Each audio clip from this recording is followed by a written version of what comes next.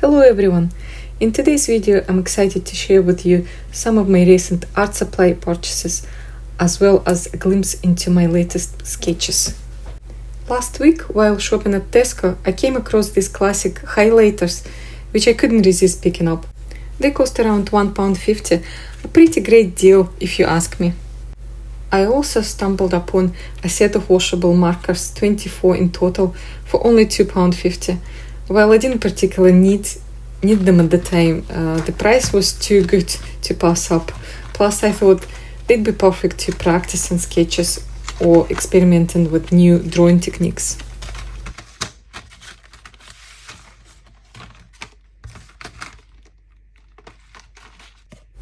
Alright, let's put these washable markers to the test and see how they will blend.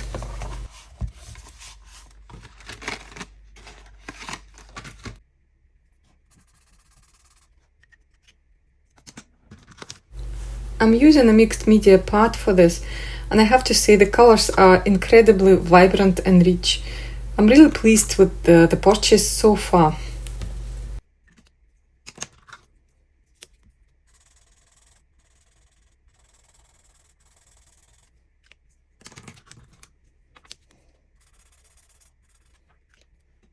Now let's see if we can blend markers with a little bit of water and observe how they will react.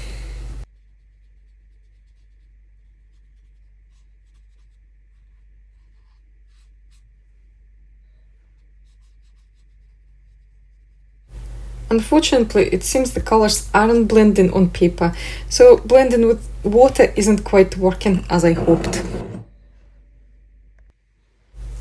Moving on to my next find.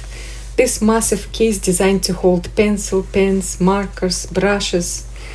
What I love about it that you can actually fit 2 pencils into each section instead of just one, which really maximizes the space. It's made a huge difference in organizing my supplies, allowing me to save a lot of room. You can easily fit a large number of pencils, pens, and other supplies in this case.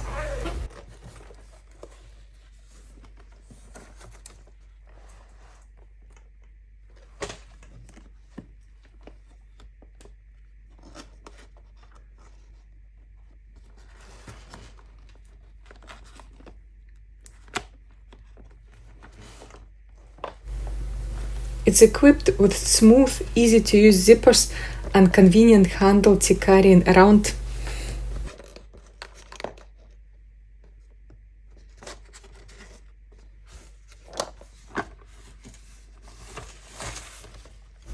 Before I bought this case, I used to store my supplies in empty food containers or just kept the markers and pens in this original packaging, which wasn't very practical. Now onto my next purchase, which I'm really excited about. I got this massive box a few months ago, back in July. A little background, I worked with epoxy resin before, though it's been a few years ago. The box includes 10 reusable plastic cups, then, let's see, 6 pairs of gloves, wooden lollipop sticks, and what appears to be a plastic scraper.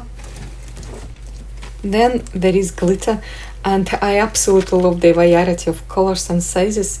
Some of glitters are quite chunky, which makes them even more interesting. I'd love to hear from you. What kind of projects would you use this glitter for? I'm not entirely sure if I will use it for my current project, but I definitely drawn to the sparkle. It also comes with an instruction manual, complete with safety guidelines and troubleshooting tips, which is always reassuring.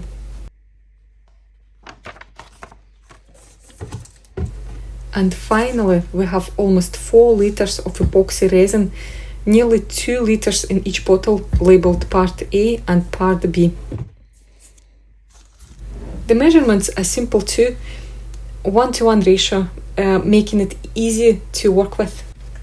I also bought this silicone mold especially for my epoxy resin project. The mold measures 14 inches in diameter or about 26 centimeters. Now let me show you a project I made 2 years ago using epoxy resin. This tree was a really fun project where I collected flowers from my own garden, dried them using silica gel, and then embedded them into the resin. The golden tray itself was from IKEA, though I'm not sure if they still selling it.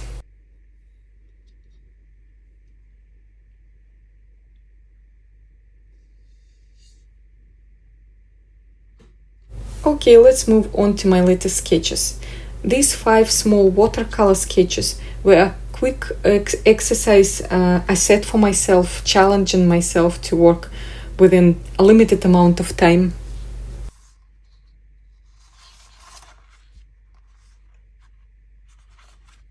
Next up is a larger A4 sized watercolor painting of an English cottage surrounded by summer flowers. I absolutely love painting architecture, especially the tiny bricks that gives the buildings their unique character. Following that is a Highland cow. I use gouache for this project. While the colors are quite bright, I'm not entirely happy with the result. There is always room for improvement. The next piece is a quick 30-minute painting of an autumn forest. I aimed for a loose, spontaneous style, though I did make a few mistakes, such as that purple line in the sky. Okay, moving on. Here's the painting of a shop front in Helensburgh, a place we love visiting all the time.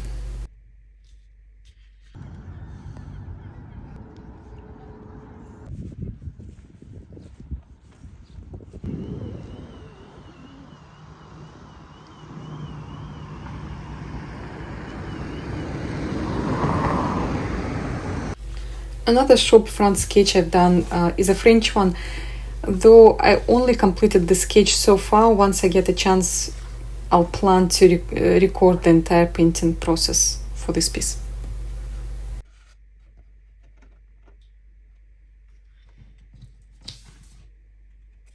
This next one is an unfinished painting of Edinburgh. I've lost interest in it for now, but I'm sure I will revisit it soon.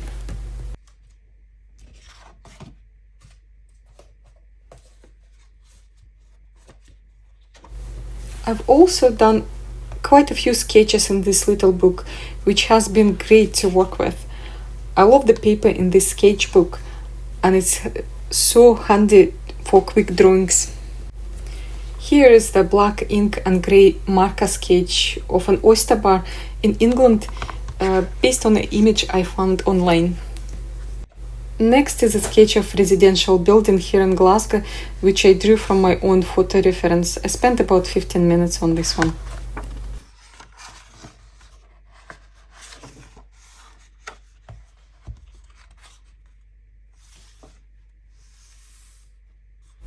So for this cup and the next one will be autumn leaf, I used Faber-Castell pencils.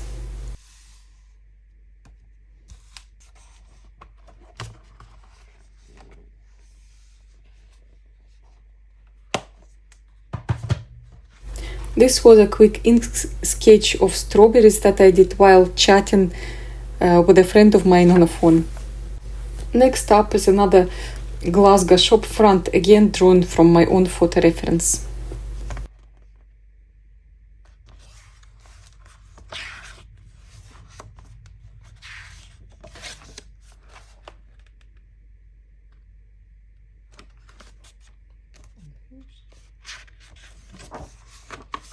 Okay, this one is a watercolor and gouache sketch of the winter scene in Glasgow.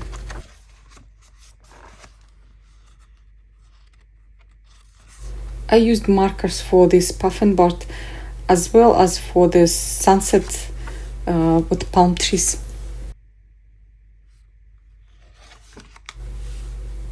This sketch was done with an idea of creating a large painting in acrylic or oil.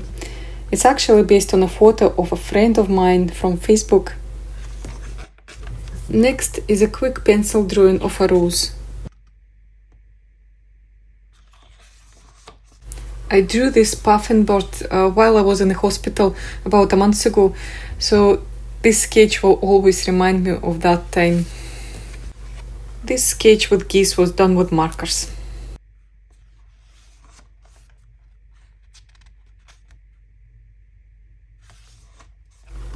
And another Glasgow shopfront sketch with ink. I've done it from my own photo reference. I used the same Faber-Castell pencils again to draw these folks, and I'm really happy with how they blend. The colors are so vibrant.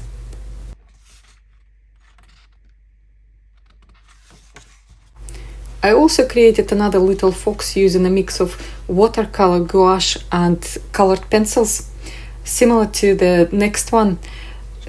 And in my previous video you can actually see how I painted this picture.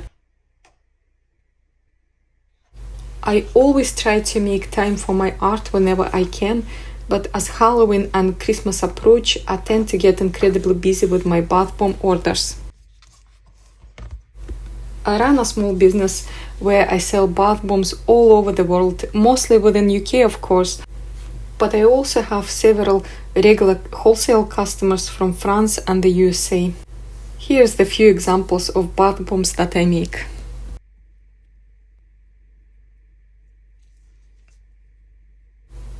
I hope you enjoyed this video. Let me know in the comments below which art materials you prefer to use. Thanks so much for watching, and I will see you next time. Bye for now.